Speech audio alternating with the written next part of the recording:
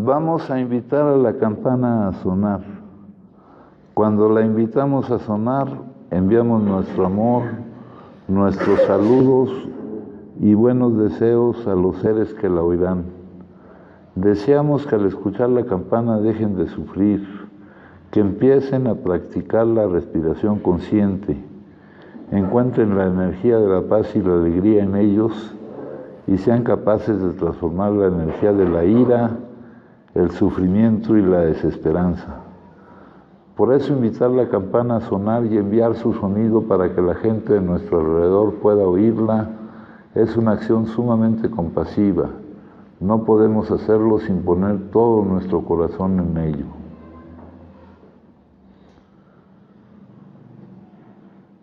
Con el cuerpo, la palabra y la mente en perfecta unidad, envío mi corazón con el sonido de esta campana. Que todos los que la escuchen despierten de su olvido y trasciendan el sendero de la ansiedad y el pesar. Escuchando la campana siento que las aflicciones que hay en mí empiezan a disolverse. Mi mente se serena y mi cuerpo se relaja. En mis labios nace una sonrisa. Siguiendo el sonido de la campana, regreso a la isla de la plena conciencia y al jardín de mi corazón, donde las flores de la paz florecen bellamente.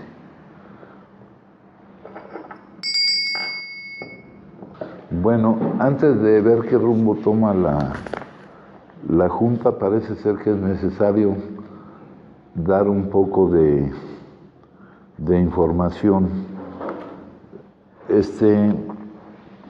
sobre lo que es la adicción al consumo de sustancias psicoactivas. Hay una definición que es muy sencilla, que es de Marty Mann, y que dice que adicto es aquel, y cuando digo adicto me refiero a cualquier tipo de sustancia, incluyendo el alcohol, por supuesto, que también es una droga. Adicto es aquel para el cual su manera de consumir le causa un continuo y progresivo problema en cualquier área de su vida. Esa es la definición más sencilla. Ahora vamos a profundizar un poquito. Aquí lo que hemos utilizado para explicar un poco en qué consiste la enfermedad.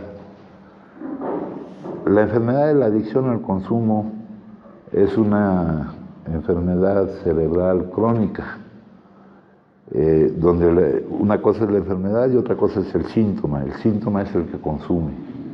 Y hay que entender también que no todo el que consume es un adicto.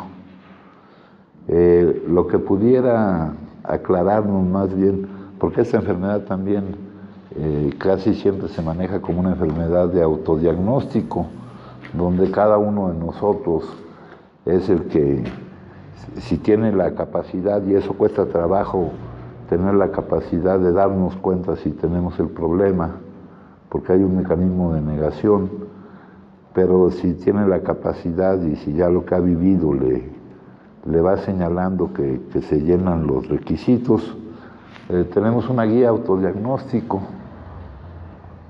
donde se hacen algunas preguntas y uno puede ir verificando ahí si se checan.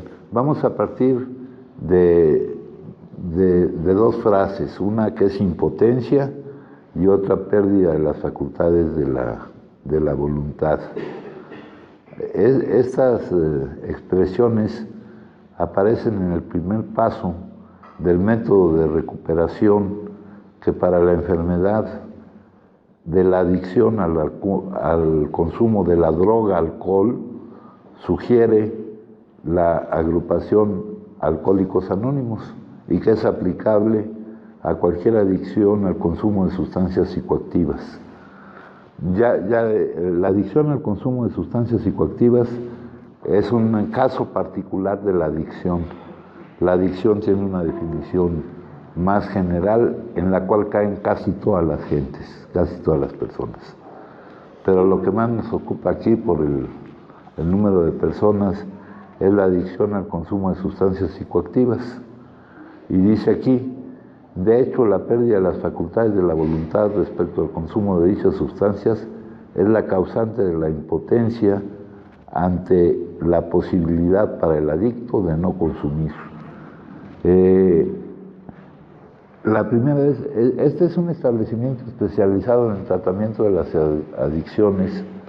Aquí tenemos un proceso de tratamiento, estamos avalados por algunas autoridades del ramo que se dedican a esto de las adicciones, y tenemos un proceso de tratamiento que tiene un pilar fundamental, que es la ayuda mutua, que surge de la comunidad de Alcohólicos Anónimos y de muchas otras comunidades que se han formado para ocuparse de algún problema común con respecto al consumo de sustancias, y también porque hay adicciones de consumo y hay adicciones de conducta. Se ha venido aplicando lo que surgió aquí, y esto surgió, este libro se publicó en 1939, y entonces todo lo que dice ahí es aplicable al consumo de cualquier otra sustancia psicoactiva. Dice aquí, la pérdida de las facultades es la causante de la impotencia, ¿no? ¿Y qué es lo que significa la impotencia, compañeros? La impotencia ante el consumo. Significa el no poder no consumir, ¿no? En algunos lados dicen que la impotencia significa no poder consumir, pero yo, por la experiencia que tengo con las personas que llegan aquí, ellos están claros de que consumir sí pueden con mucha facilidad, que lo que luego se les dificulta es no poder no consumir, ¿verdad? Y eso parecería ser que hay que darse cuenta del tamaño del problema que implica el no poder no consumir. Y aquí nos dice, acá en un capítulo de este libro, hay personas que hacen alguna observación. Estas personas que hicieran estas observaciones, una persona, porque nunca es comparable el consumo del adicto con el consumo del que no es adicto, ¿no? Y no todo el que consume es adicto. Tenemos los consumidores moderados, los consumidores excesivos, los consumidores de situación, pero lo que distingue al adicto es la causa por la cual consume y la forma en la que consume. Una persona que no sea adicto podría decir, yo puedo consumir o puedo no consumir. Una persona que sea adicto no puede decir, yo puedo no consumir. Esa es la impotencia de la que se habla. El no poder no consumir, ¿verdad? ¿Por qué no puede esa persona de la que están hablando no consumir? Porque es adicto. La impotencia es la manifestación de la enfermedad de la adicción, la cual es el consumo, es el síntoma, pero provocado por determinada causa y presentado en diferente forma, y con la característica de que se da la impotencia, el no poder no consumir. Cuando se trata de consumir, los adictos han perdido su capacidad de elegir el no hacerlo. Acá hablábamos de pérdida de las facultades de la voluntad respecto al consumo. Ha perdido la capacidad de elegir no hacerlo. Para el adicto el consumo no es una elección. Ahorita vamos a ir viendo cómo Este no poder no consumir es la impotencia. Cuando se trata de consumir, los adictos han perdido su capacidad de elegir el no hacerlo, ¿no? Y esto es difícil de entender.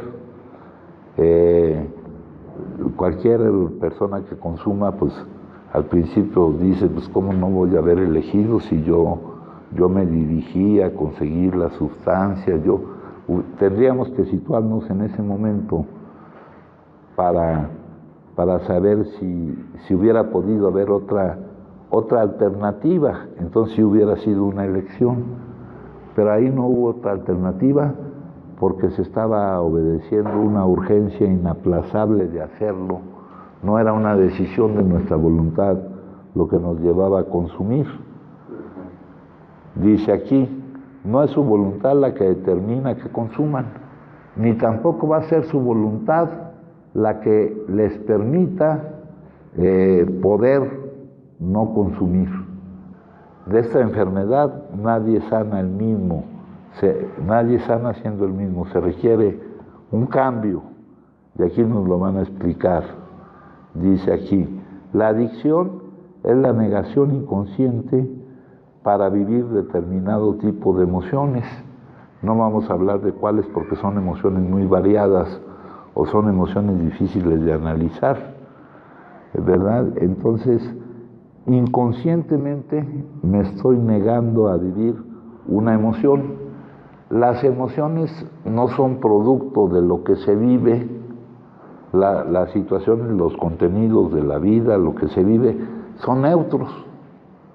Las emociones surgen de lo que pensamos acerca de lo que se vive, de cómo calificamos lo que vivimos, de si concuerda o no con lo que nosotros quisiéramos que fuera o con lo que nosotros dictamináramos que debería de ser o no debería de ser. Así surgen las emociones. Entonces surge la negación inconsciente. Sin darme cuenta, yo me niego a vivir alguna emoción. Y esta negación tiene la característica de que para mí se convierte en una necesidad primaria de supervivencia el no vivirla, ¿verdad? Para mí es imprescindible no vivirla, como las otras necesidades primarias de supervivencia. El cerebro maneja las necesidades primarias de supervivencia no con la parte más desarrollada de nuestro cerebro, que es el lóbulo frontal, sino con la parte que maneja las emociones, con el cerebro primitivo, la amígdala, y no la maneja mediante razonamiento ni nada de esto, sino mediante un mandato bioquímico. Un mandato bioquímico que para nosotros determina una urgencia inaplazable de obedecer ese mandato. Por ejemplo, una necesidad primaria de supervivencia, el alimentarte. Cuando no lo estás haciendo, el cerebro emite un mandato bioquímico, consigue alimento y aliméntate. Ahora, nosotros nos estamos negando a vivir una emoción y la estamos convirtiendo, le estamos dando el manejo de una necesidad primaria de supervivencia. De alguna forma están siendo secuestrada la forma en que nuestro cerebro maneja una situación que no es una necesidad primaria de supervivencia, por eso es una enfermedad cerebral crónica. Entonces, surge así, cuando no te alimentas, consigue alimento y aliméntate. No un razonamiento, una urgencia inaplazable, un mandato bioquímico. Una vez satisfecha la necesidad, también surge un mandato de que ya está y de que puedes interrumpir el consumir alimentos. Con las drogas pasa lo mismo.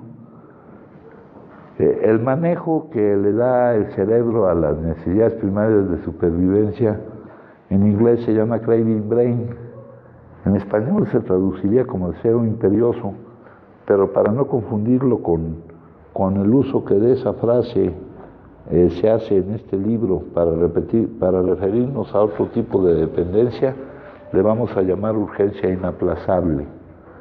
Entonces surge el mandato bioquímico de consigue la sustancia con la cual te estás vendiendo la mentira de que consumiéndola no vives esa emoción, ¿verdad? Tenemos otra plática por ahí que habla de los tipos de consumos de sustancias, el uso, el abuso y la adicción. Respecto a cuando caemos en el abuso, pone un montón de razones, pone las razones de pertenecer a determinado grupo, de experimentar efectos, tipos de consumo. Aquí pone razones del abuso, por ejemplo, experimentar efectos, convivencia social, automedicación, inducir o inhibir el sueño, mejorar el rendimiento de... Todas estas son falacias, ¿no? Mejorar el rendimiento de tareas, ahí están los estimulantes, las anfetaminas, inducir o inhibir el sueño, lo mismo, disminuir el apetito, incrementar la creatividad, expandir la conciencia, eliminar el aburrimiento, lograr la admisión a un grupo social, y hasta el final trae dos: búsqueda de emociones placenteras y eliminación de emociones dolorosas. La razón que lleva a un adicto a consumir es la última, la pretendida eliminación, el pretender que consumiendo no se va a vivir esa emoción, ¿no? Hay un ejemplo muy sencillo, una emoción molesta, por ejemplo, es la timidez. Y la timidez, el pensar que consumiendo se elimina la timidez, es la puerta de entrada para muchos al consumo del alcohol, por ejemplo, ¿no? La timidez es una emoción molesta y es la puerta de entrada para muchos al consumo del alcohol. Ese es un ejemplo sencillo, pero ahí la explicación de que por qué llegamos a pensar eso es porque por un fenómeno de oxigenación el lóbulo frontal ante el consumo del alcohol se ve afectado, y en el lóbulo frontal, que es la parte más desarrollada del cerebro humano, es donde residen las inhibiciones, el respeto, etcétera. Entonces uno se desinhibe, o pretende uno que se desinhibe. Realmente no logra uno muy bien su objetivo de huir de la timidez. Pero nosotros nos vendemos la mentira, al ser una necesidad primaria de supervivencia, nos vendemos la mentira de que sí vamos a poder, mediante eso, no vivir esa emoción. Se vuelve una necesidad primaria de supervivencia, es el manejo que hace, o sea, el cerebro está funcionando respecto a un hecho que no lo amerita, como se funciona ante las necesidades primarias de supervivencia. Por lo tanto, es una enfermedad cerebral crónica, porque esta enfermedad tiene varias características. Tiene la característica de que es una enfermedad incurable, progresiva, terminal, remisible. Quiere decir que se puede lograr la remisión del síntoma, que el síntoma no está presente, pero también es reincidible. Después de un periodo de tiempo donde no está presente el síntoma, se puede volver a presentar el hecho de que ya esté el síntoma de nuevo. Entonces, de esa negación inconsciente surge el mandato bioquímico que determina el inicio del consumo. Cuando va pasando esto, de nada de esto nos damos cuenta, por eso dice aquí inconsciente. Entonces creemos que hemos encontrado el poder que nos faltaba para vivir los hechos que producían ese tipo de emociones. Todo esto en forma inconsciente, y empezamos a desarrollar un estilo de vida basado en el consumo. Prepararse para consumir, reponerse otra vez, buscar cómo consumir, y conforme va pasando eso, se va modificando el metabolismo de nuestro cuerpo, nuestra bioquímica cerebral, y se va desarrollando, esta es una dependencia psicológica, y se va desarrollando una dependencia física que se manifiesta en la pérdida de control de la cantidad que se consume.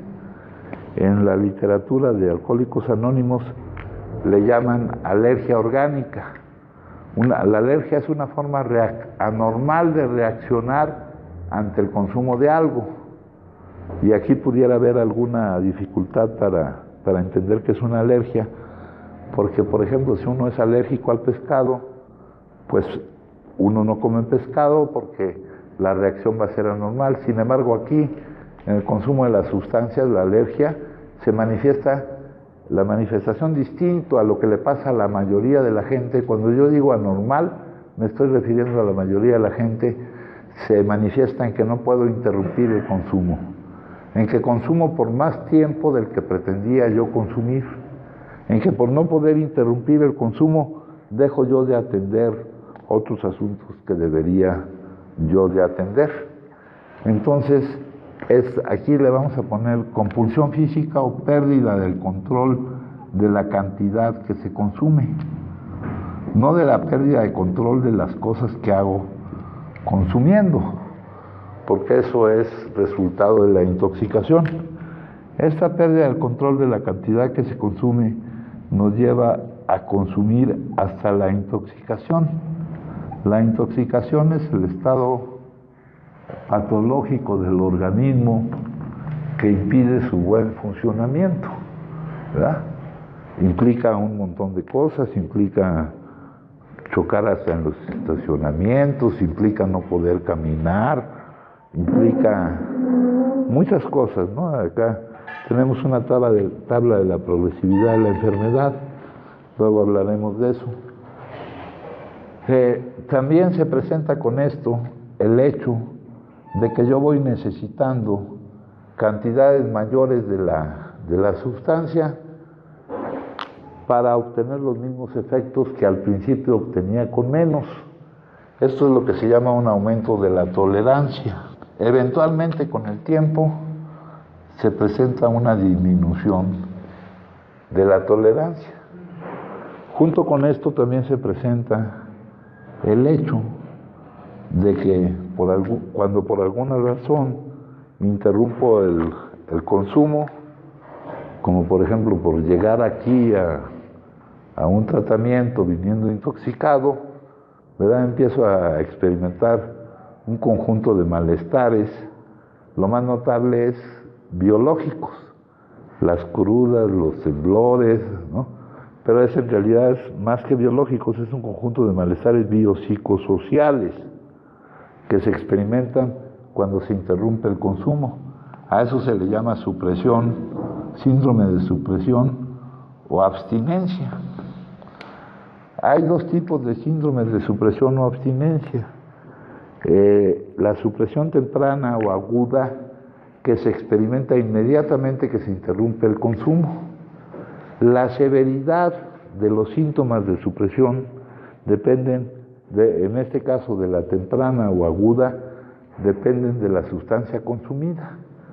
Hay sustancias que presentan un síndrome de supresión de alta severidad.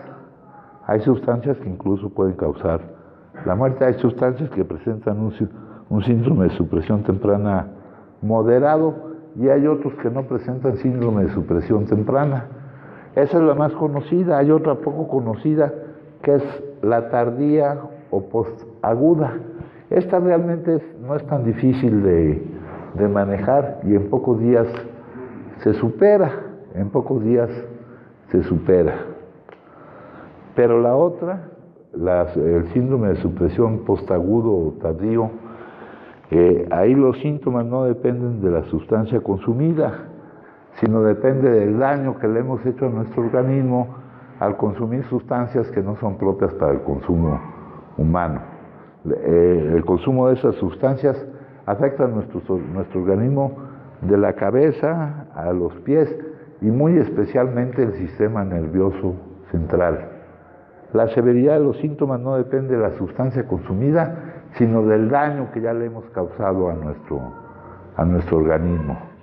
Los síntomas son, por ejemplo, en la temprana, pues ya saben los síntomas de la cruda, el temblor y las náuseas, pero en la tardía o postaguda, los síntomas son, por ejemplo, dificultades para pensar con claridad, que es lo mismo que dificultades para resolver problemas sencillos, dificultades con la memoria, con el sueño, con la coordinación física, una sobrereacción emocional o un adormecimiento emocional, etcétera, etcétera, y presenta esta otra supresión una serie de patrones diferentes. Hay veces que parece va mejorando y luego vuelve a empeorar.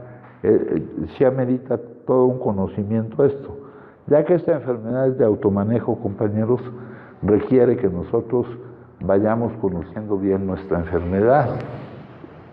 Junto con esto, compañeros, nos empieza a producir una serie de efectos nocivos o daños en todas las áreas de nuestra vida. Tan es así que la frase esta que se dice, que describe la plataforma en la cual estamos situados cuando empezamos a sentir la necesidad de encontrar la salida de nuestra situación, nos dice, conlleva consigo una admisión de nuestra impotencia ante el consumo, admitir que no podemos no consumir, y que por eso nuestra vida se ha vuelto, en inglés, inmanejable. En nuestra guía autodiagnóstico, que no nos podemos hacer responsables de las distintas áreas de nuestra vida. Ahí la guía autodiagnóstica maneja unas áreas de vida interna y otras de vida externa. De vida interna, el área física, mental, espiritual. Por ejemplo, en el área física, pues una forma obvia en que estamos dañando nuestra salud es con el consumo de las sustancias, pero no es la única forma.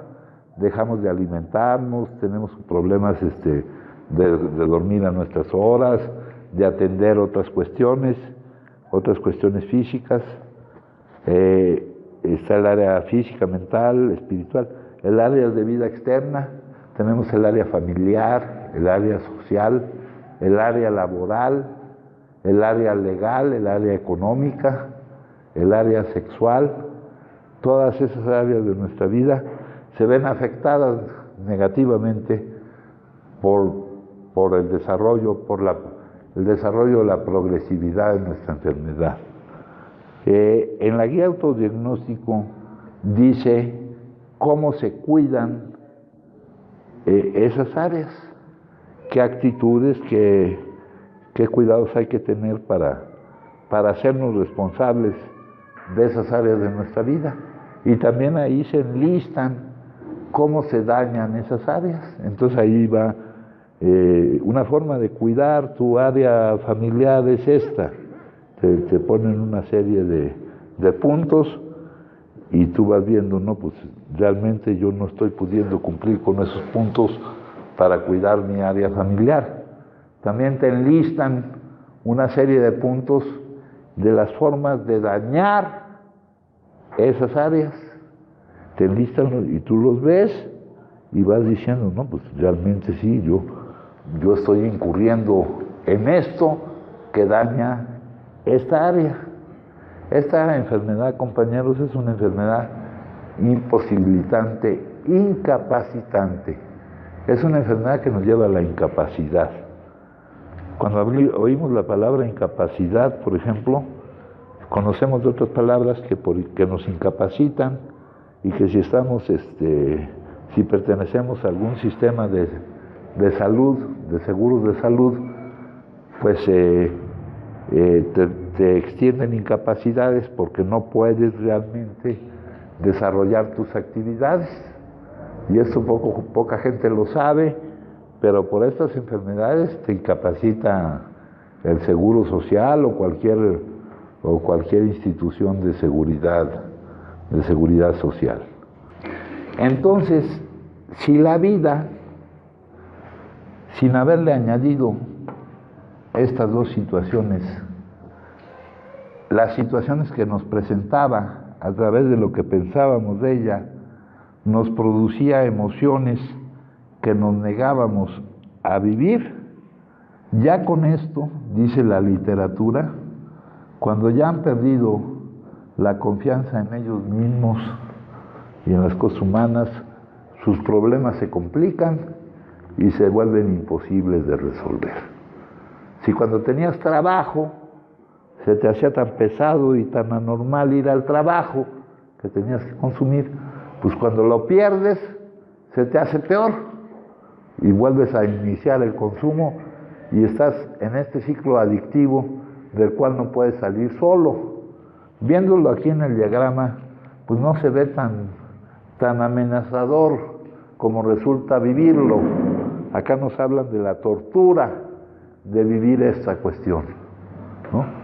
Y acá, pues lo que tenemos es un compartimiento de experiencia, de testimonios, ¿verdad?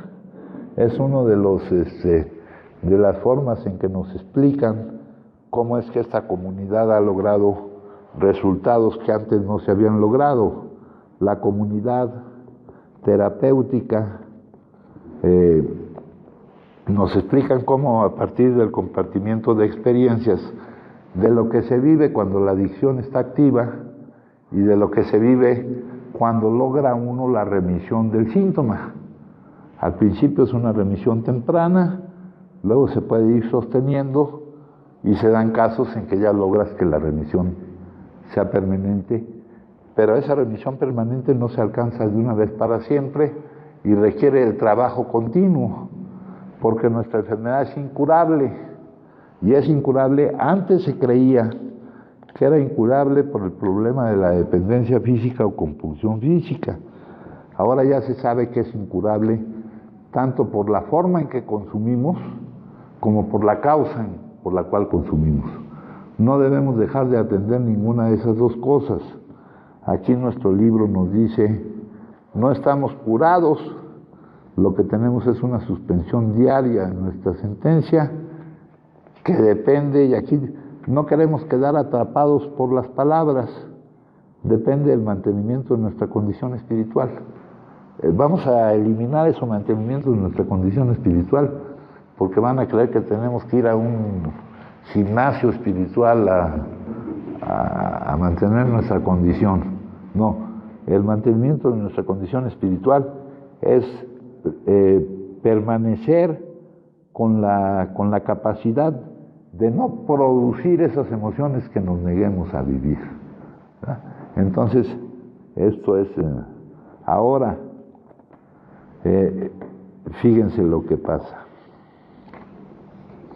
Lo que pasa es lo siguiente. Aquí tenemos que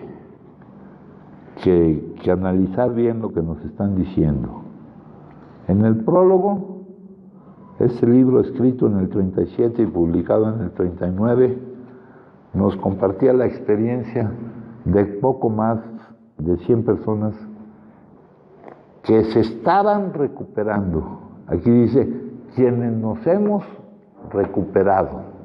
Esto no lo podemos dar por un hecho, porque requiere el trabajo diario para procurar la capacidad de no producir esas emociones que nos neguemos a vivir. Aquí no hay un alta, este proceso de tratamiento empieza pero no termina. Empieza pero no termina. Entonces aquí quienes nos hemos recuperado se contradice con lo que les acabo de decir, que no estamos curados, que lo que tenemos es una suspensión diaria en nuestra sentencia. Cuando se oye la palabra sentencia, realmente es una sentencia. Cuando tú estás admitiendo, no verbalmente, sino con tu actitud ante el tamaño del problema que tienes, que no puedes no consumir, y que esta situación te ha llevado a la imposibilidad de hacerte responsable de las distintas áreas de tu vida, ¿verdad?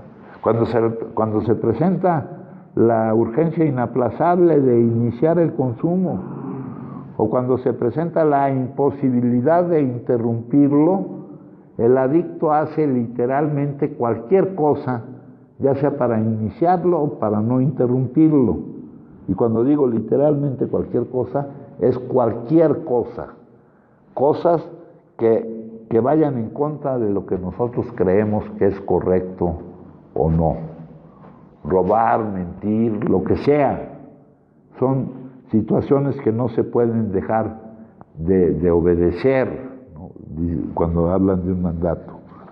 Acá nos dicen, este libro nos presenta la opinión de un médico que le pidieron que escribiera algo acerca del movimiento que se estaba desarrollando entre ellos, la base de la ayuda mutua. Acá nosotros en nuestro proceso de tratamiento utilizamos dos pilares, la ayuda mutua y la comunidad terapéutica.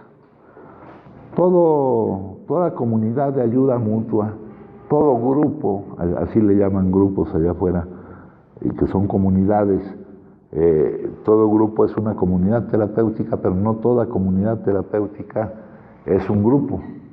Aquí nuestro tratamiento es una modalidad residencial, porque las personas viven bajo contención, aprovechando ciertos beneficios de nuestro proceso de tratamiento. Por ejemplo, el que es un medio seguro, el estar aquí contenido. Hay veces que esta urgencia es tan inaplazable y ya se ha desarrollado tanto que necesita uno forzosamente la contención.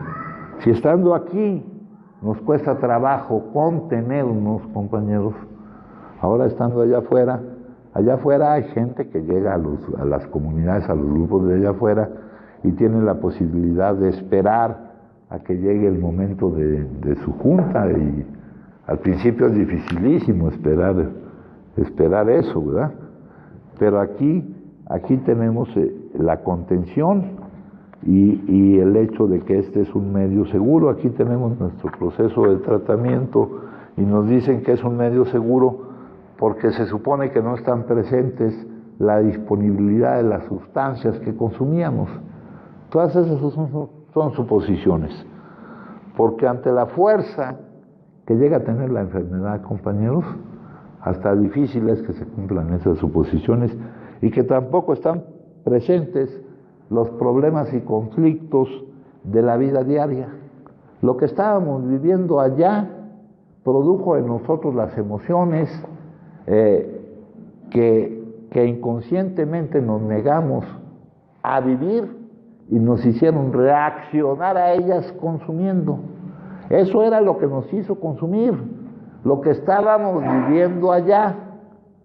Ahora se necesita un cambio para que ya no se produzcan esas emociones. Ese cambio no se va a dar en lo que está ya esperándonos. Ese cambio se tiene que dar en nosotros.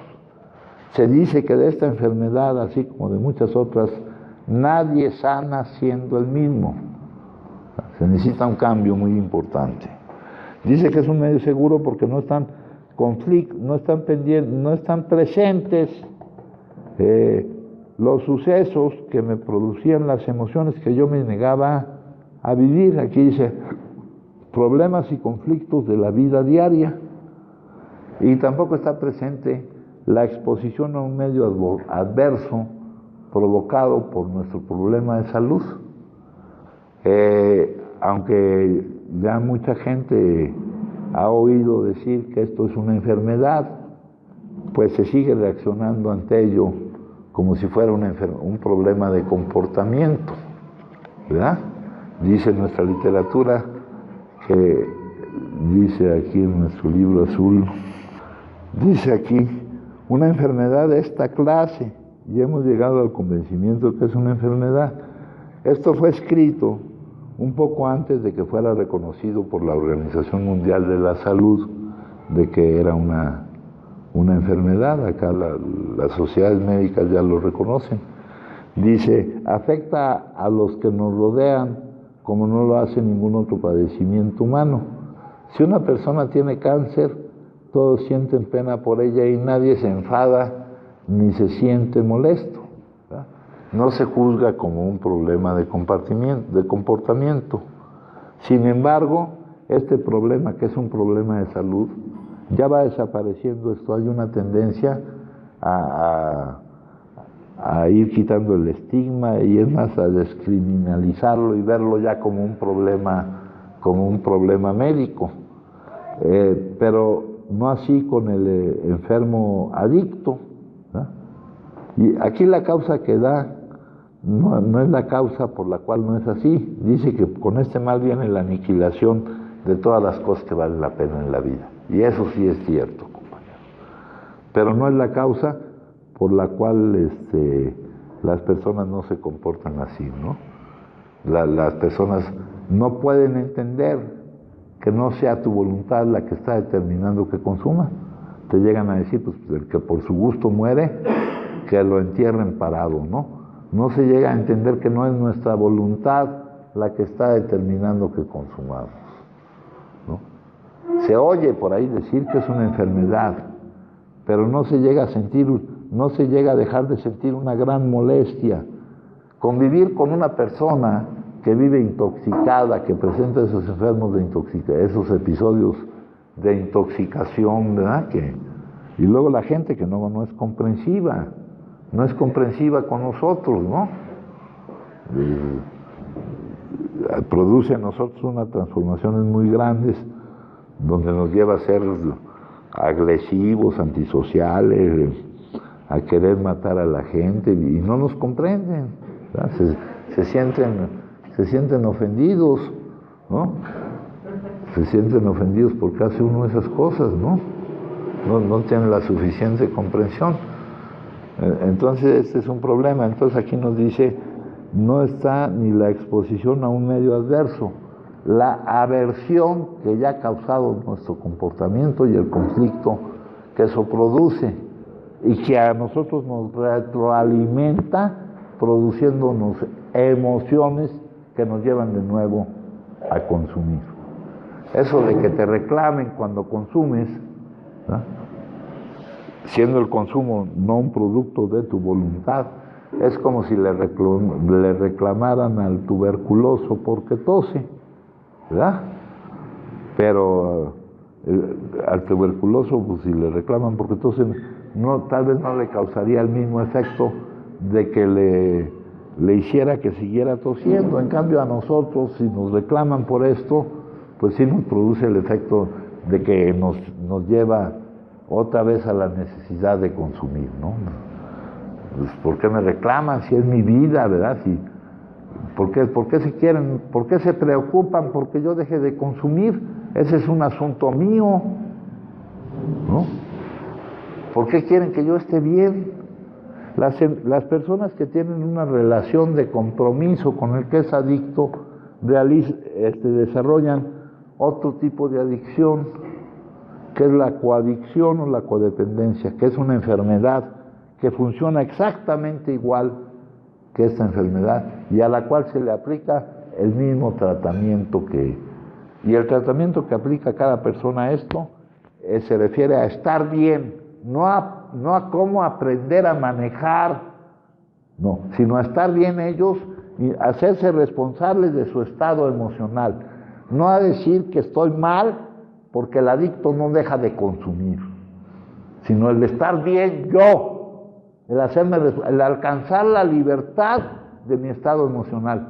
Acá nuestro propósito de no consumir, compañeros, no es el más grande de los logros que vamos a obtener aquí, ¿no?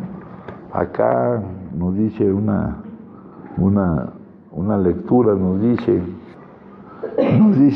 es el no consumo. Acá ponen la sobriedad. Aquí, para no perdernos en las palabras, no queremos quedar atrapados por las palabras, sino llegar a lo que esto significa. ¿Es el no consumo todo lo que habremos de esperar? No, es apenas el principio. Si han de recibirse más dones, porque es un regalo que recibimos, puesto que ya hemos admitido que en nosotros está la impotencia para salir de esa situación. Este libro se iba a llamar La Salida. Dice, si han de recibirse más regalos, nuestro cambio, aquí le ponen nuestro despertar, tiene que continuar. Conforme adelanta, encontramos que pedazo a pedazo podemos desechar la antigua vida encontramos conforme vamos adelantando en nuestro cambio, porque en un principio no tenemos la posibilidad de desechar la antigua vida, la que no da resultado. Tenemos otra definición de la adicción como el consumo continuo y compulsivo a pesar de las consecuencias adversas. La pérdida de la capacidad humana de aprovechar tu experiencia para modificar tu comportamiento. Y eso no se refiere solamente al consumo. Aquí nos dicen que iremos adelantando mediante nuestro cambio a la posibilidad de hacer a un lado la antigua vida con todas las situaciones, con todas las visiones, las percepciones e interpretaciones que hago yo de la vida, la antigua vida que no da resultado.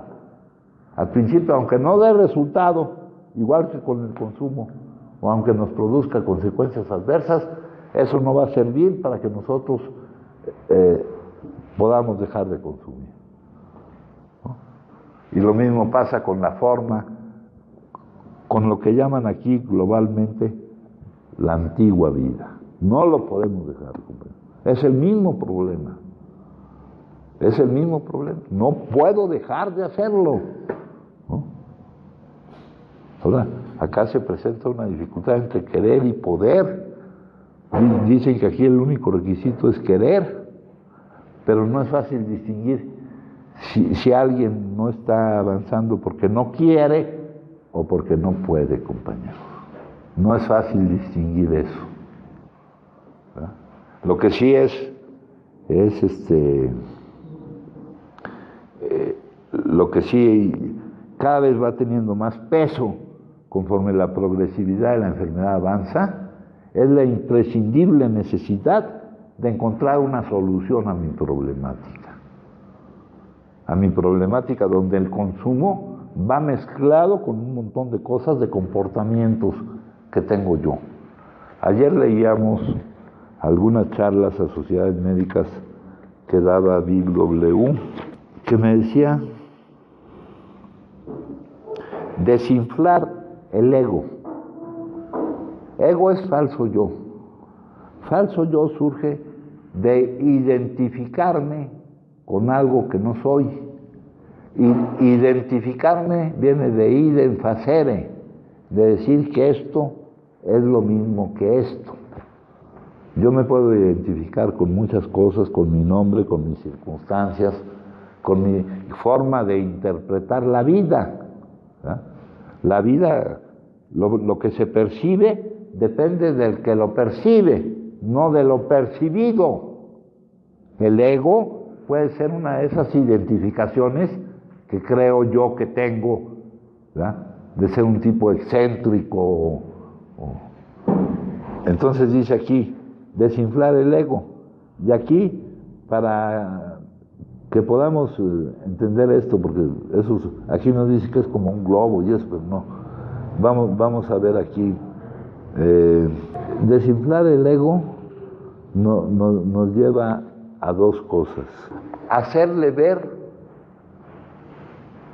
a las personas que estamos padeciendo este problema de salud, las cosas como son, no como él cree que son. Y otra cosa nos lleva. Destruir la mentira de que el adicto podrá recuperarse por sus propios medios. Acá en la siguiente charla que leímos el día de ayer, dice,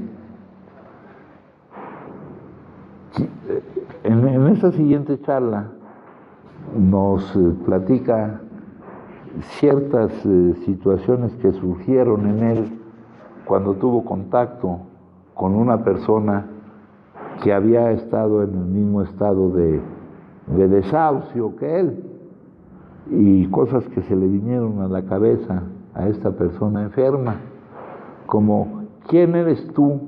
Dice, pensé, para elegir la forma en que has de curarte. Y aquí dice, los mendigos no pueden elegir. Aquí la palabra mendigo para que no se oiga tan feo y sin necesidad de ponerle el acento, ¿verdad? Para que no se oiga tan feo. Los que están ante una gran necesidad no pueden elegir, ¿verdad?, la forma en que ellos suponen que se deben curar. Dice, suponiendo que la medicina dijera que tu problema es cáncer, no elegirías extracto de Pons, ¿no? El creer que aquí nos podemos curar. Y acá nos marca otra situación que nos analizan los que son especialistas en dirección de la mente y este tipo de asuntos, donde nos dicen cuál es la actitud que nosotros tenemos y que vamos a ir teniendo que superar. Nos dice, nadie quiere curarse, a lo más quieren deshacerse del síntoma, ¿verdad? Dice, disimulamos, contemporizamos, hacemos las cosas a medias, queremos dejar sentado que estamos haciendo un esfuerzo, ¿verdad? Estar en un lugar así como este, tan tremendamente horrible como este, ¿verdad? Estar aquí, hay compañeros que han declarado que estar aquí es como estar en el infierno, dijo, que no se ven buenas películas y cosas así. Lo que aquí se vive es horrible, espantoso, ¿no? Dice, contemporizamos, disimulamos, hacemos las cosas medias, queremos dejar sentados que hemos hecho un esfuerzo. Puta, ya me esforcé un chingo estando aquí, ¿no? Esa es una contradicción con la admisión de la necesidad, no con la admisión verbal de la situación que tengo con respecto a mi problema de salud. La gravedad y lo que significa este problema de salud solo se va conociendo con el tiempo. Cuando eres joven dices, puta, yo soy adicto y esto está chingón, cabrón, no mames, ¿no? Por ejemplo, con esto que les marcaba acá de la tolerancia, ¿eh? Puta, yo aguanto un chingo, cabrón. No sabemos a dónde nos va a llevar eso, ¿verdad? Aguanto un chingo consumiendo, ¿no? No sabemos lo que vamos a vivir. Vivir la adicción activa, compañeros, no tiene nada de agradable. Trae mucho dolor, mucho sufrimiento, que al mismo tiempo, compañeros, va a ser la energía que nos saque de nuestra situación, ¿eh? Que entre el rescatador en escena y nos inmovilice y nos elimine cualquier posibilidad de fugarnos de nuestra responsabilidad actual para con nosotros mismos y para con los demás. Llegamos aquí admitiendo que somos impotentes y que no podemos hacernos responsables, ¿verdad? Y han pasado 2 o 3 horas y ya me está llamando a mí la necesidad de ir a cumplir con las responsabilidades que no puedo cumplir. Yo no puedo estar aquí perdiendo el tiempo, compañeros. Yo tengo que ir a encargarme de lo que no me estaba yo encargando, porque intoxicado como estaba, era imposible, y estaban intoxicados. Tal vez en las cámaras se vean, ¿verdad? Que sí estaban intoxicados, que se caían, que temblaban. Allá afuera nada ha cambiado. Entonces aquí dice, todavía hablando de lo que nos dice el doctor, hablando de nosotros, compañeros, porque si este libro se lee sin aprovechar el compartimiento de la experiencia, y compartimiento lleva implícito 2 puntos, el dar y el recibir. Para que haya un compartimiento, yo tengo que recibir lo que me están compartiendo. Si alguien quiere compartir un pastel, tanto lo comparte el que lo trae como el que acepta algo de ese pastel, ¿no? Ese es el compartimiento. Este es un compartimiento de experiencia, compañeros. no solo de la experiencia que se vive en la actividad adictiva, sino también, y muy importante para que tenga éxito nuestro proceso, el poder mostrar a otros que sienten esa impotencia, ese no poder, no consumir, que hay una forma de salir de esa situación. Acá en este escrito donde se trata de explicar la utilidad que tiene este tipo de terapia, que se llama psicoterapia espiritual, nos dice que aparte de todos los principios que se han sintetizado aquí y que no son nuevos, que se han tomado de otras fuentes, algo que juega un papel muy importante es el poder mostrarle al que está en esta situación que es posible estar logrando por hoy, con el trabajo de hoy, la salida de ese problema y seguir por mañana, con el trabajo de mañana, logrando la salida de ese problema. Entonces aquí nos dice, ellos nos comparten experiencia, dice, no nos convencía la explicación de que no podíamos porque estábamos desadaptados a la vida. El que alguien esté desadaptado a la vida, una de las características humanas más importantes que tiene es su facultad de adaptación.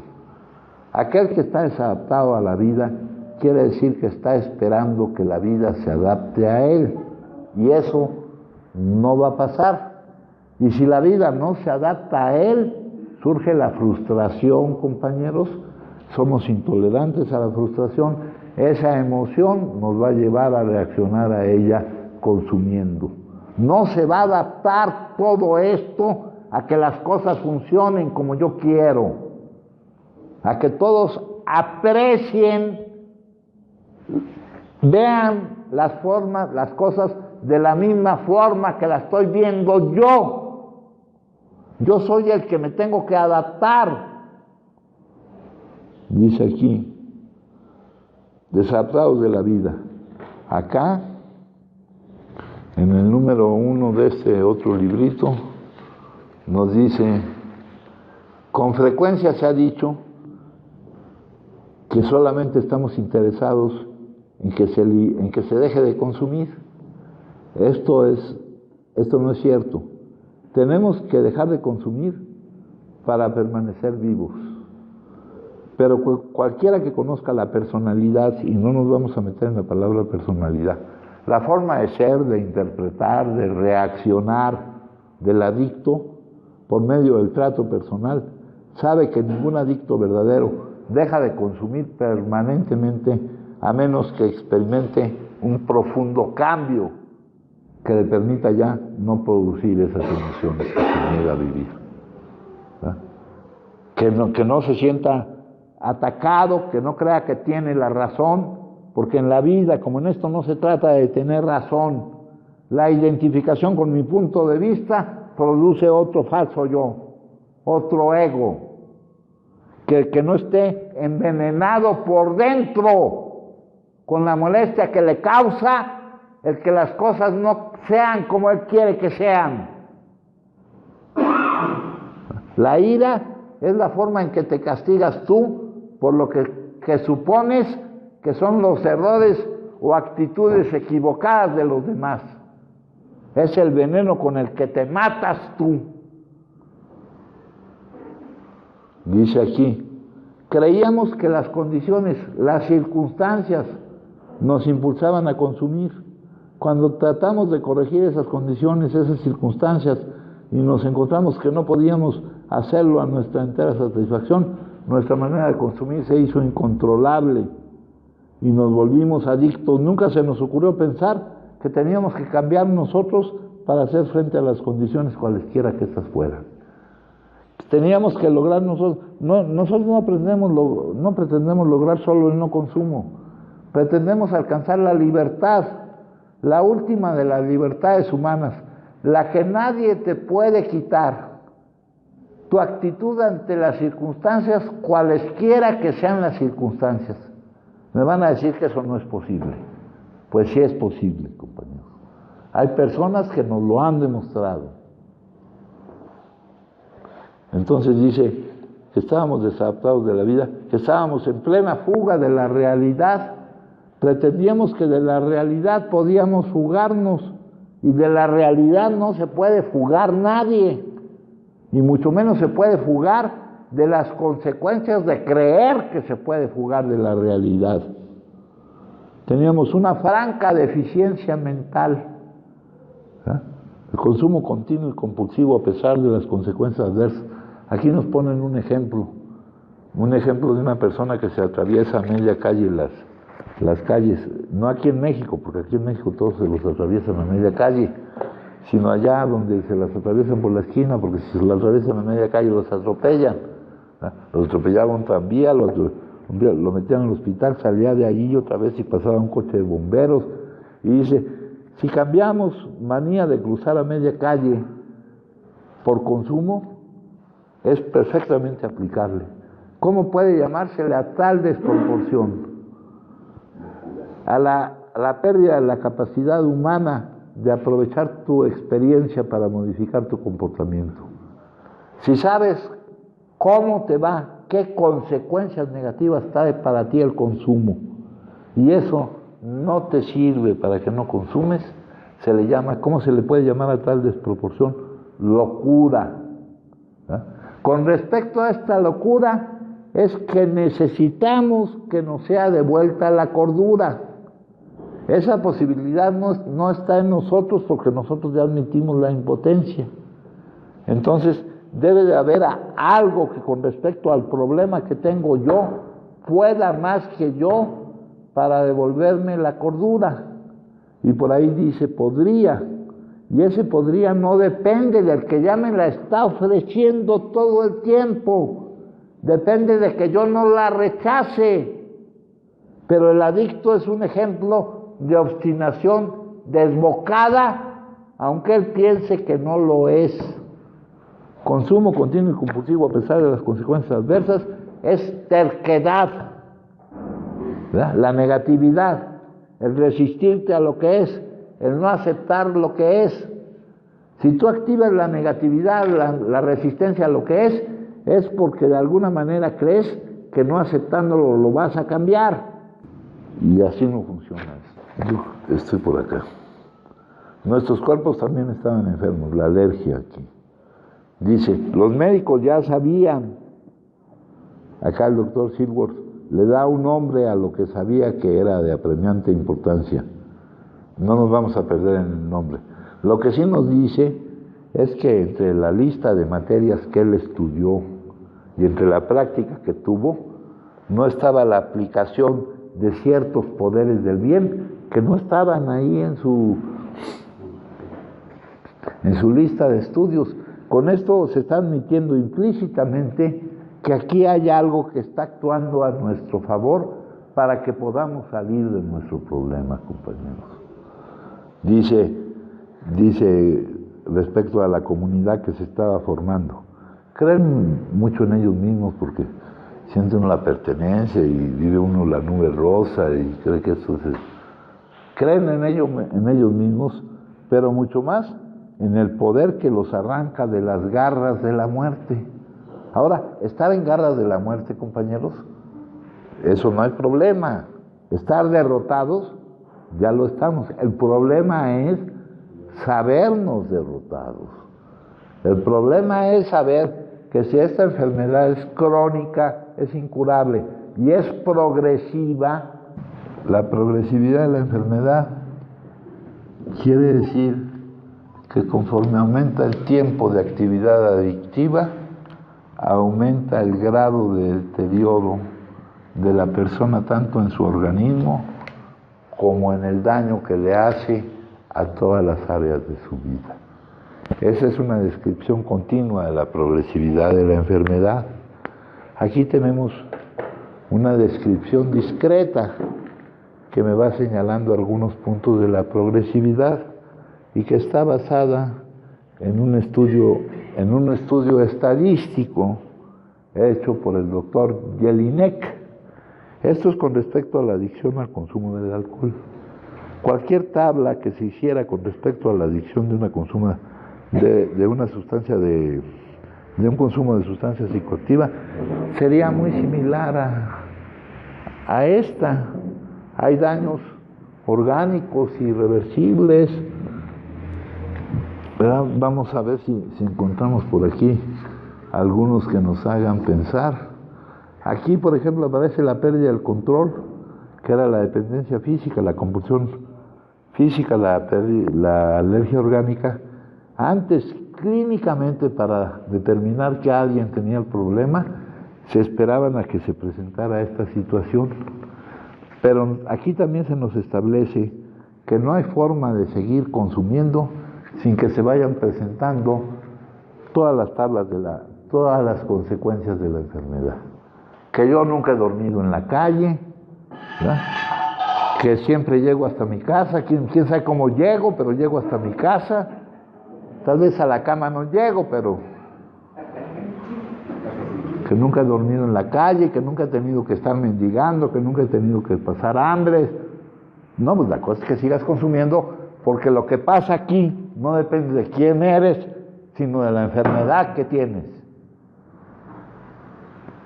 Por ahí se oye hablar de que esta enfermedad es muy democrática, pero en estos tiempos de política no usaremos la palabra democrática, ¿verdad?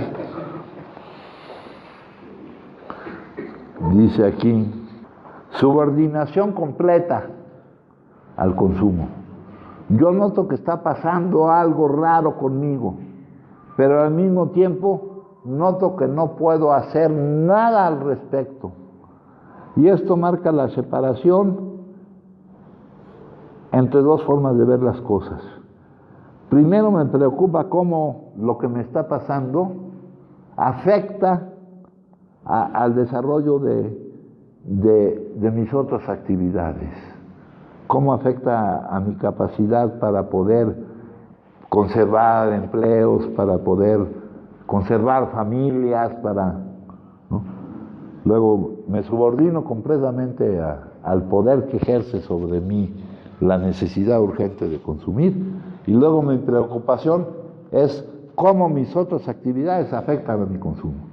¿Cómo es que yo tengo que interrumpir el consumo para ir a trabajar o para ir a hacerme responsable del cuidado de mi familia? No, pues si yo lo que tengo que hacer es consumir, ¿no? Ahí esa es otra apatía hacia otros intereses exteriores, marcada conmiseración de sí mismo, cambios en las costumbres familiares, protección a su abastecimiento de la sustancia. Dicen aquí que se acuesta tan intoxicado que debería dormir 24 horas, es poco, ¿verdad? 24 horas, y que al ratito se despierta como un loco y no se acuerda dónde escondió su consumo. Si tiene medios económicos suficientes, va a tener sustancia por toda la casa para asegurarse de que nadie se la tire por el fregadero, ¿verdad? Aquí dice protección a su abastecimiento. Si vas a ir a algún lugar, pues a enterarte a ver si hay allá, o prepararte ya llegando tú bien servido, ¿verdad? Para no exponerte al riesgo de que no haya lo que necesitas. Dice descuido de la nutrición, ¿no? Es increíble, compañeros. Si te cae alguna moneda, porque llega un momento en que no te cae moneda, si te cae alguna moneda la utilizas para consumir antes que para alimentarse. Aquí dice, primera hospitalización, disminución del impulso sexual, consumir en ayunas. Yo cuando, acá nos preguntan, hemos estado llenando unos cuestionarios del sistema de vigilancia epidemiológica, donde nos preguntan qué drogas consumimos, de a qué edades y todo, y están incluyendo el tabaco. Acá nosotros, la gente esta quisiera que aquí fuera un lugar libre de tabaco. Hasta nos hicieron que pusiéramos unos letreros que digan que libre de tabaco. Pero aquí hacemos dos excepciones, compañeros: la nicotina y la cafeína por el momento. porque eso provocaría una ansiedad mayor, ¿no? Esto también te mata y es sumamente adictivo y difícil de dejar. Luego dice, consumir en ayunas. Yo no me acuerdo qué era lo primero que hacía yo. Si prender un cigarro mientras forjaba un toque o un bazuco, o primero el toque y el bazuco, y luego salir a conseguir, ¿verdad? Es más fácil conseguir para una cañita o por un alcohol del rojo que juntar para una piedra, ¿verdad? Se tarda uno un poquito más, y más si uno es pésimo para estar pidiendo dinero en las calles, ¿no? Hay otros que tienen una gran facilidad para eso. Dice aquí, acá trae una representación. Esta gráfica está en el salón de allá arriba y son 45 etapas. La etapa 45, compañeros, es la muerte. Acá nos habla, antes de esto, nos hablaba de otra cosa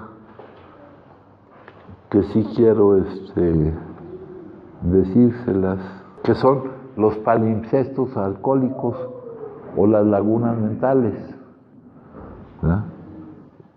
Palimnesis es antiguos escritos un tanto borrosos.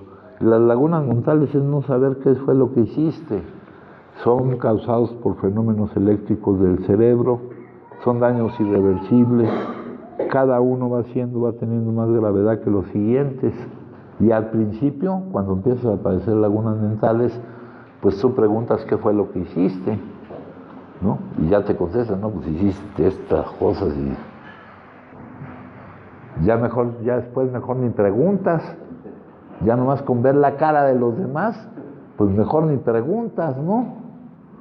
Yo una vez en un portafolio conservé todos los vouchers de las tarjetas de crédito con la idea de algún día verificar si en mi estado de cuenta me estaban cobrando adecuadamente. Pues nunca verifiqué nada y encontraron los vouchers, ¿no? Yo ya no pregunté qué había pasado, nomás con ver la cara de las personas que los encontraron, mejor ni pregunté, ¿no? Las lagunas mentales.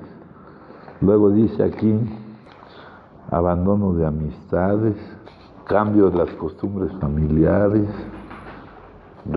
descuido de la nutrición, protección de su abastecimiento. Acá más adelante dice, periodos de embriaguez prolongada, marcado deterioro moral, psicosis alcohólica, ¿no? En este caso porque habla del alcohol, pero sabemos de la psicosis por el consumo de cualquier cosa, y son fenómenos que muchas veces llegan a ser irreversibles. Si acaso se pueden mantener medio control, medio bajo control. Aquí tenemos compañeros. Este es un manantial de experiencia. Llevamos aquí no sé cuántos años ya, donde ha pasado muchísima gente por aquí. Algunos ya están en el manicomio, ¿no? Muchos ya no están. Psicosis alcohólica, demencia, psicosis alcohólicas. Acá tenemos distintos tipos de psicosis. El delirium tremens, que ahí está un libro de todo eso, y eso es lo que se experimenta durante la supresión. La ilusión, la alucinación,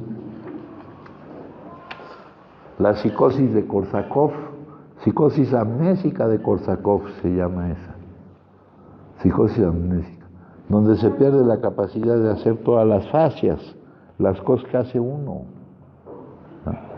Las cosas que son normales, ¿no? En qué orden te vistes, o sea, se te olvida todo lo que haces.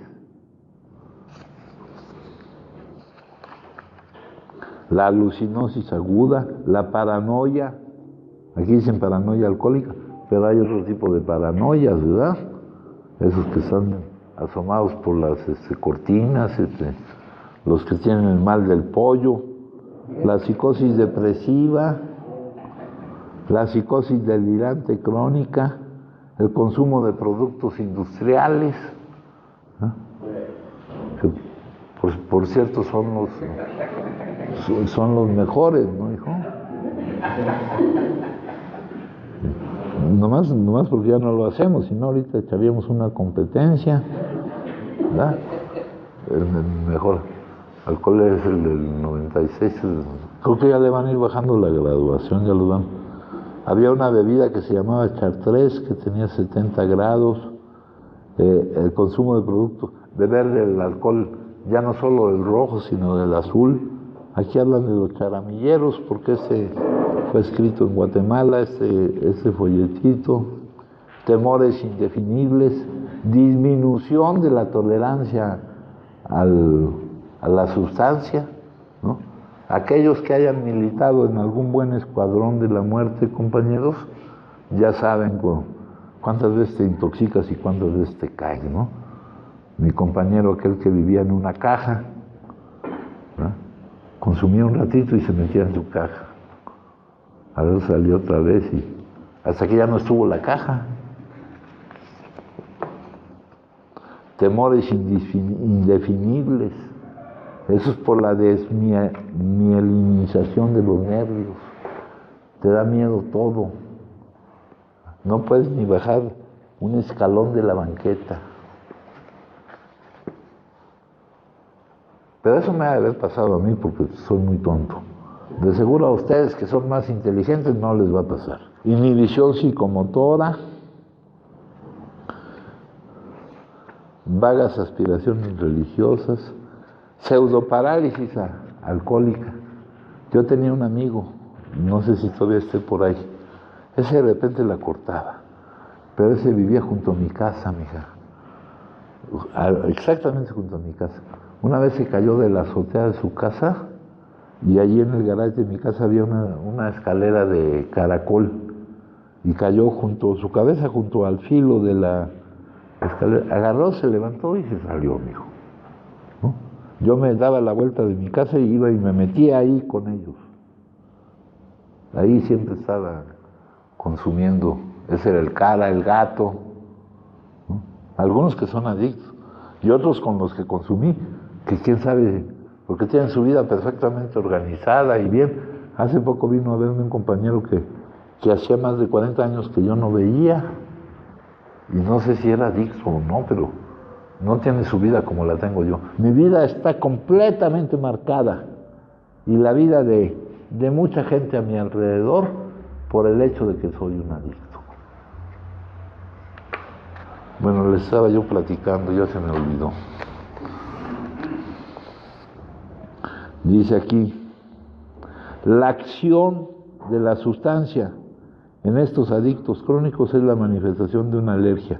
El fenómeno del deseo imperioso, es por lo que les decía que no usaba yo esa frase, solo se presenta en esta clase y nunca en la de los consumidores moderados. Estos tipos alérgicos nunca pueden usar sin peligro el alcohol o la sustancia. Tú no sabes qué vas a hacer. Si vas a matar a alguien, si te va a matar a alguien. La intoxicación llega a ser total. Yo recuerdo una vez que iba por la calzada de Tlalpan con mi coche, le pegué de lleno en el centro a otro coche, mi coche dio la vuelta, siguió caminando y quedó enfilado para donde yo iba. Yo no supe qué le pasó a los otros. En el periférico me volteé, patiné y detrás de mí venían los amigos que me ayudaron a enderezar el coche y todo.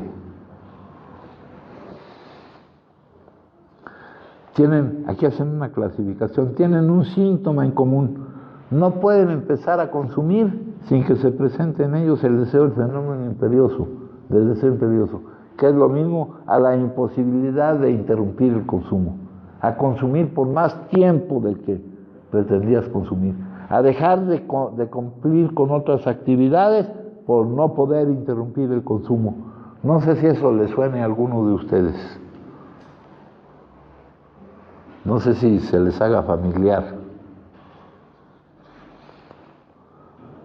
Dice, el único método que podemos sugerir para los que no pueden consumir por moderación es la abstinencia completa. Este ciclo adictivo, compañeros, solo se puede romper eliminando, por acá estaba, ¿no? Eliminando el inicio del consumo. La cordura que necesitamos, compañeros, es no volver a repetir la locura de iniciar el consumo. Una vez iniciado el consumo, ya la historia ya se la saben. La película se repite, ¿no? Cada vez con escenas un poco más, más coloridas.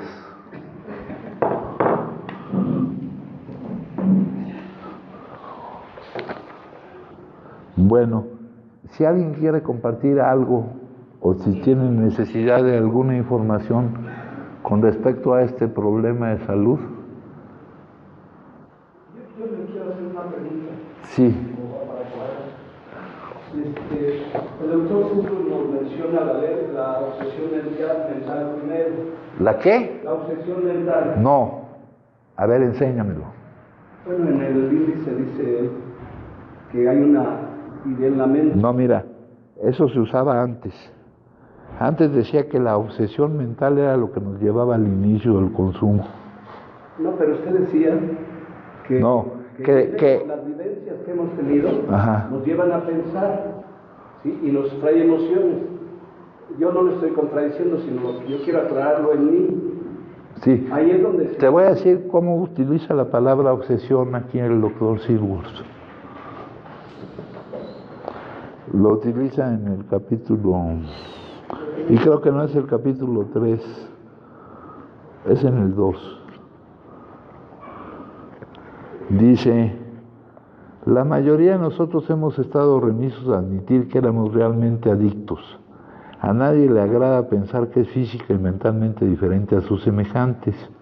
Por lo tanto, no es extraño que nuestras carreras de consumidores se hayan caracterizado por innumerables y vanos esfuerzos para probar que podíamos consumir como otras personas, como consumen los que no son adictos. La idea de que en alguna forma, algún día, llegará a controlar su manera de consumir y disfrutar consumiendo es la gran obsesión de todo consumidor anormal, de todo adicto. Esto aparece en el capítulo 2. Ahora aquí tenemos unas pláticas que se hicieron hace algunos años.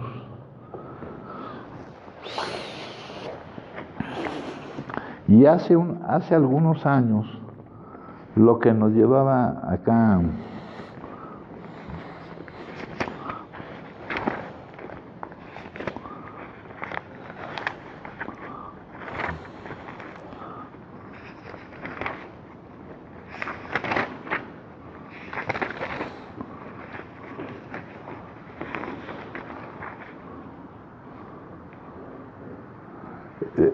venía en la plática de tipos de consumos donde hablaban del uso, del abuso y de la adicción.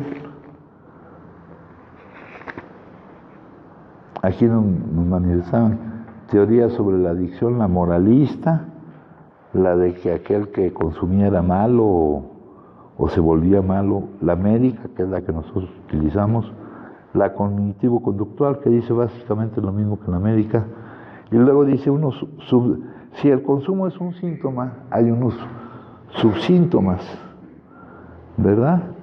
Y aquí algunos de dependencia física y otros de dependencia psicológica. Y aquí me definían, todavía en términos, hace poco tiempo, se hablaba de la obsesión mental como lo que me llevaba al inicio del consumo. Y la obsesión se definía como una idea que se sobreponía a todas las demás y que nos hacía tomar como ciertos cosas que eran falsas, como que no iba a pasar nada. Ya la obsesión no deja de ser una idea, no deja de ser algo que pasa por acá, por acá, pero ya se ha descubierto que lo que maneja el inicio del consumo es un mandato bioquímico que viene de la parte... Eso es lo que me interesó a mí mucho. Ajá. Usted me aclaró con eso a mí una cosa, porque yo luego agarro y digo, bueno, compañeros que hemos estado en el mismo grupo, digo, bueno, ¿por qué no puede? Y luego la literatura dice, bueno, eso solo puede estar en la mente de Dios, y usted me lo aclaró ahorita a mí. científicamente cómo a través de esa sustancia bioquímica me hace perder la voluntad. Sí, no es tu voluntad la que determina. Es un en realidad el craving brain, el deseo imperioso o mandato bioquímico. Un mandato que no puedes dejar de obedecer, porque es el que se maneja para las necesidades primarias de supervivencia. Mi pregunta era porque me interesó mucho, usted me lo acaba de regalar, y a mí me gusta investigarlo. Ah, sí. Me ha regalado usted mucho. Sí, no, ese libro es muy importante. O sea, las cosas siguen avanzando. De hecho, dicen que del libro no hay que cambiar nada, y no estamos cambiando nada en realidad. Solo estamos profundizando y explicando un poco más las cosas, ¿no? Muchísimas gracias. Sí, nada. ¿Alguien más tiene alguna pregunta, compañeros? ¿O algo que compartir? Y yo, padre, no. Sí, hijo. Esa parte donde nos estabas diciendo ahorita de la tabla del doctor Genilei, de esa parte de los pomodoro, algo así, que es donde no puede uno coordinar y donde quedan psicosis a través de lo que uno consumió. No son diferentes, sí, son diferentes los psicomotores. Sí. A lo que yo voy es esa parte cuando está uno en la remisión temprana, que ya no está presente el consumo, pero que de alguna manera se sigue sintiendo algo similar a través de cualquier hecho que me presenta la vida. La desconfianza, por ejemplo, muchas de las veces. Al momento de vuelve a entrar otra vez, vuelve a regresar esa parte, ya sin consumo, vuelve a regresar esa parte de timidez. Si voy, de duda, si voy, no voy, entraré, no entraré. No, pero esa no es la timidez, mijo. Esa no es la timidez, no. Y durante la supresión temprana, compañeros, se está eliminando el síntoma. Pero es un tiempo que tenemos que aprovechar para ir trabajando en la eliminación de la causa. Y la eliminación de la causa nos lo va a dar el segundo paso, que es la forma en que se nos devuelve la cordura. Con la certeza, ¿verdad?, de que todo lo que sucede es una ayuda. Una de las nobles verdades de Buda, la primera, dice que en el plano físico-mental la vida es sufrimiento, ¿verdad? Y es por medio de la sabiduría perenne o filosofía perenne, aquí es cuando uno entiende por qué, para hablar del cambio que se necesita para dejar de producir esas emociones, se refieren a él como vivir una experiencia espiritual efectiva, ¿verdad? Ahí se van acomodando los términos, porque tú con lo que logras, la fe sin obras es letra muerta, por ejemplo. Si no se nota en cómo te sientes y en cómo actúas el hecho de que crees, es una mera declaración. Aquí cuando llegan se les hace una entrevista y se les dice, ¿tienen alguna religión? ¿Son creyentes? Y te dicen que sí, pero eso no se declara verbalmente. Y tú sabes que al decirte que sí te están mintiendo, porque están reaccionando sin la confianza, sin una confianza que valga más que el juicio que tú tienes sobre algo que pasa para producir la emoción. Eso que llaman fe es una certeza en que hay algo que sabe lo que hace, ¿verdad? La verdadera inteligencia, el orden, que sabe lo que hace, que actúa a nuestro favor, ¿verdad? Y que nos permite afirmar que todo suceso es una ayuda y que siempre ocurre lo correcto. Y la fe, la confianza en aquel de donde proviene lo que vivimos, supera el peso que le damos a cómo juzgamos lo que vivimos. Malas noticias, buenas noticias, muy difícil de determinar. Mala suerte, buena suerte, es un cuentito que se refiere en todas las conductas y nos dice que por medio del pensamiento es imposible llegar a una comprensión de un orden donde todo está interconectado. Nos dice la Biblia, la sabiduría del mundo para Dios es pura tontería. Y la sabiduría del mundo procede de un proceso de pensamiento. Aunque se logren hacer a través de procesos de pensamiento cosas muy edificadas, muy complicadas, muy admirables, ¿verdad? El pensar fragmenta porque el todo es impensable e inexpresable. Y estamos viviendo ya en el campo espiritual de la sabiduría, de la filosofía perenne, que es la que nos permite eliminar la percepción de sufrimiento. Estamos viviendo ya el hecho de que todo está interconectado, de que lo que has vivido es para lograr algo. Por ejemplo, acá en nuestro libro dice las promesas, lo que se conoce como las promesas, aunque aquí no lo menciona como promesas, pero dice, no nos lamentaremos por el pasado, porque sabes que eso que has vivido te va a llevar a un estado que de otra forma no hubieras podido alcanzar. La vida es la mejor maestra, ¿verdad? Si tú necesitas todavía que te convenzas de la necesidad de dejar de producir dolor para ti, para los demás, la vida te repite la lección. El sufrimiento es imprescindible, sí es imprescindible hasta que te des cuenta de que no lo es, ¿verdad? Lo único lamentable del sufrimiento es que no sirva para lo que debe de servir.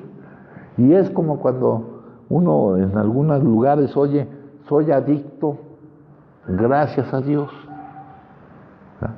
Porque sabes que lo que has vivido te ha puesto en una perspectiva, ha sido para ti un camino que toda la humanidad necesitaría recorrer para entender que la vida no es algo que hay que soportar ni algo que hay que conquistar, para darte cuenta de las ideas erróneas acerca de lo que es la felicidad, para encontrar muchas verdades de la vida que son las que realmente la rigen, ¿no?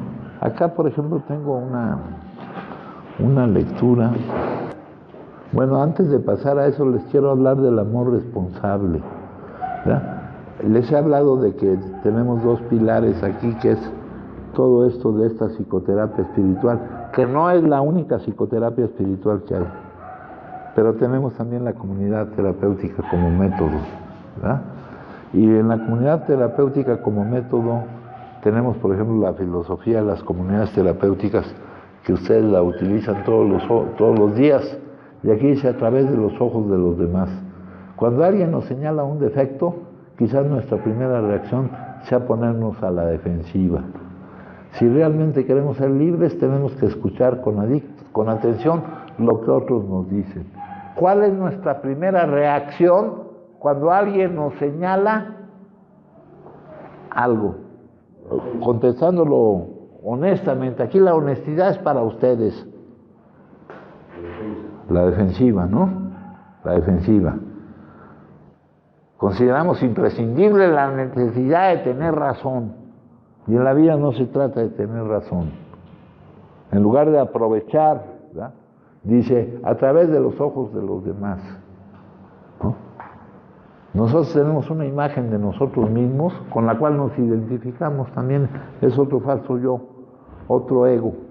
Y tal vez los únicos que tengamos esa imagen de nosotros mismos seamos nosotros, ¿no? Aquí decimos que somos alcohólicos anónimos, pero pues yo era un alcohólico público, mijo, ¿no? ¿Cuál anónimo? Dice, pero era algo que hablaba de la felicidad, perdón, ese crecimiento no es el resultado del deseo, sino de la acción. El más vehemente deseo de dejar de consumir resulta totalmente infructuoso, ¿no? Si no va acompañado por lo que hay que hacer para que eso sea un logro. Este programa es un programa pragmático, el juicio de valor lo da su utilidad. Dice, los hombres son en lo más profundo unos fracasos cuando quieren vivir sin el poder del apoyo de Dios. Muchos hombres tratan de ser autosuficientes y buscan el placer egoísta para descubrir que no quedan satisfechos. No importa la cantidad de recursos materiales que logren, no importa cuánta fama y poder tengan, no importan esas cosas, pues generalmente llega el momento del desencanto y el sentimiento de futilidad, de poca importancia. La muerte los espera y no pueden llevarse nada de lo material cuando se vayan. ¿Qué importa haber ganado el mundo entero si se ha perdido el alma? Aquí recordamos la ocurrencia que tuvo Alejandro Magno de las manos fuera del ataúd, donde iba cayendo lo que tenía. Pero es una parte del recorrido humano. En nuestras prácticas espirituales, allá habla sobre las ideas erróneas que tenemos acerca de lo que trae la felicidad, ¿verdad? Es la que se refiere a la motivación. Reduce los apetitos y encuentra lo que desea tu alma. Todo lo que quieres es ser feliz, para que vean el cambio tan grande que tenemos que lograr en todos estos aspectos. Sean lo que fueren, son anhelos de felicidad, fundamentalmente son buenos, tienes buenos deseos, por sí solo no es malo, es la vida misma, el impulso a creer en conocimiento. Lo malo son las elecciones que hacemos, imaginar que algo pequeño, la comida, el sexo, el poder, la fama te hará ser feliz, es engañarte a ti mismo. Solo algo tan vasto y profundo como tu verdadero yo te hará ser feliz de verdad y para siempre. Aquí en esta práctica tenemos que reconocer nuestras ideas erróneas sobre lo que nos trae la felicidad, renunciar al apego. El apego es distinto del deseo. Nosotros sabemos que hay deseos que satisfacen y deseos que no se satisfacen, mientras que un apego es algo que me lleva a gritar, debo tener lo que deseo para ser feliz o para estar bien. Si un deseo no satisface, no pasa nada. Si un apego no se satisface, surgen emociones dolorosas, difíciles de vivir. Y por último, reconocer y buscar lo que realmente promueve la felicidad. Y lo que realmente promueve la felicidad no está en el campo de lo material. El hinduismo nos lo muestra de otra manera.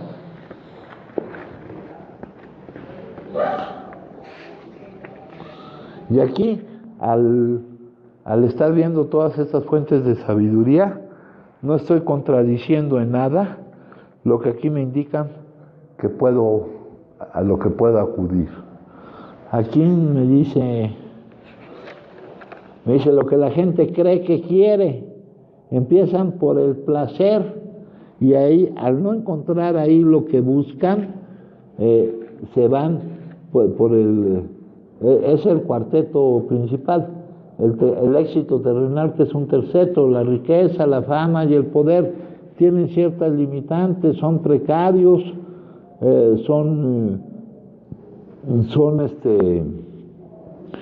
no se pueden compartir. El deseo de éxito es insaciable. Por ejemplo, la ciencia de la satisfacción no consiste en pretender que puedes obtener lo que quieres, porque cada quien, según su estado, su escala de valores, aquellos que consideran lo más importante, por ejemplo, el dinero, el conocimiento o cualquier cosa, pregúntenle a alguna persona que sea modelo para ustedes de acuerdo a esa escala de valores, si ya obtuvo lo que quieren, y les va a decir que no, porque es algo que no tiene punto de saturación. Es como la tolerancia de lo que tenía. Cuando obtienes algo que buscabas, inmediatamente te lanzas en pos de algo más, ¿no? Entonces la ciencia de la satisfacción no consiste en pretender, no en obtener, en pretender que puedes obtener lo que quieres, porque eso nunca será, sino en querer lo que tienes. ¿Quién está más capacitado para vivir? El que tiene la capacidad de querer lo que tiene. Entonces se van en pos de la riqueza, la fama. El éxito es un objeto sin punto de saturación. El placer y el éxito sean lo que creemos desear. Los objetos del camino del deseo son como juguetes. Cuando nos preguntamos si hay algo malo en los juguetes, la respuesta debe ser por el contrario. La idea de niños sin ellos es triste, pero más triste aún es la perspectiva de adultos cuyos intereses nunca llegan a superar las muñecas y los trenecitos. Esto es metafóricamente, ¿verdad? Ya no serán muñecas de esas, serán muñecas de otro tipo. Ahora con las invenciones modernas serán inflables y electrónicas, o ves tú a saber. Y los trenecitos, pues a lo mejor queremos uno de los que hay en China o algo así. Por la misma razón, los individuos cuyo desarrollo es incontenible disfrutarán del éxito y los sentidos hasta alcanzar en el punto que superen sus atractivos. Después de esto viene el camino del renunciamiento. El renunciamiento siempre implica el sacrificio de un presente trivial a cambio de un futuro más provisorio. El renunciamiento religioso es como el de los atletas que rechazan cualquier exceso que los aparte de los objetivos primordiales. Tolstoy, que es un santo, dice en sus confesiones, cuando ya no pueden creer en lo finito, creerán en lo infinito o morirán. Eso es lo que la gente cree que quiere, ¿verdad? En pregunta, dice esa pregunta, cuando sobreviene la sospecha y se encuentran gritando vanidad, vanidad, quizás se les ocurra pensar que el problema reside en la pequeñez del ser a cuyo servicio están luchando, y si el centro de interés fuera otro, no podría ocurrir que al convertirse parte de un todo más grande, más significativo, la vida perdiera su trivialidad. Esta pregunta anuncia el nacimiento de la religión, pero no en el sentido ordinario de la religión, el religar y la verdadera unión con Dios. Toda la sabiduría espiritual, todas las grandes religiones tuvieron en un principio los principios de la espiritualidad, pero han perdido en búsqueda de otros anhelos de control el poder transformador. Hay una diferencia entre espiritualidad y religión. Dice aquí, luego viene la religión del deber, que tampoco te satisface. Ahora, lo que la gente quiere de verdad. En primer lugar, todos queremos ser antes que no ser. Aquí me hablan la idea de unos que estaban amenazados a dejar de ser, y no era miedo, sino era un disgusto profundo por renunciar al futuro. Y nosotros sabemos que nuestro ser es la vida, una, eterna, no por la duración, sino porque consta de este solo momento, siempre presente. Dice, un disgusto profundo por renunciar al futuro. En segundo lugar, queremos saber, pero no cualquier cosa de saber, cualquier clase de saber, ¿verdad? Dice, queremos un saber, pero infinito. Y en tercer lugar, queremos la dicha, pero la dicha no es lo que confundimos con la espiritualidad. Quieren todas estas cosas en forma infinita. Ese es el metamotivo de la vida humana, ¿verdad? Entonces, esto se entrelaza con la lección, con la lectura. Los hombres son en lo más profundo unos fracasos cuando quieren vivir sin el poder del apoyo de Dios. Muchos hombres tratan de ser autosuficientes y buscan el placer egoísta para descubrir que no quedan satisfechos. No importa la cantidad de recursos materiales que logren, no importa en cuánta fama y poder tengan, no importan esas cosas, pues generalmente llega el momento del desencanto y el sentimiento de futilidad, poca importancia. La muerte los espera y no pueden llevarse nada de material cuando se vayan. ¿Qué importa haber ganado el mundo entero si se ha perdido el alma? Aquí el proceso es vencerse a uno mismo.